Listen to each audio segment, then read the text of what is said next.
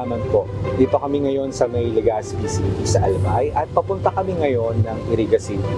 Medyo pagpasensyahan nyo na po yung mga kasama ko sa likod dahil tulog po lahat, marahil na hilo dahil dun sa zigzag ng mga daan.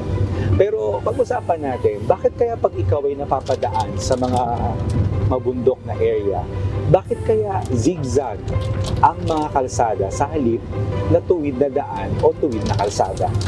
Ganito po kasi yan.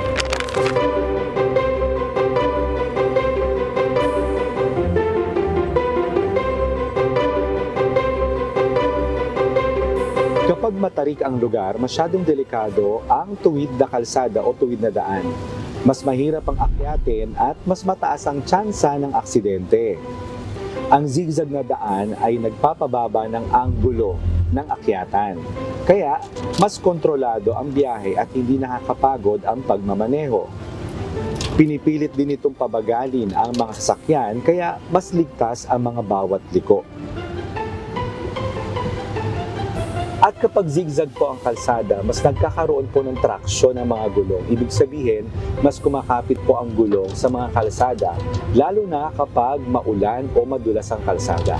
Lalo na po ngayon, maulan.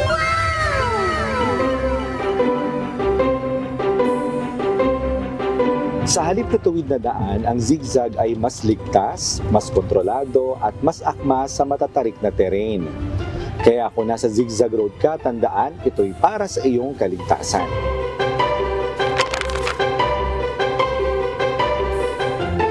Kaya every time po na mapapadaan kayo sa zigzag road, tandaan nyo po na isa yung disenyo para mas mapanatili pong ligtas ang mga sasakyan, mga pasahero na dumadaan po sa mga zigzag na kalsada.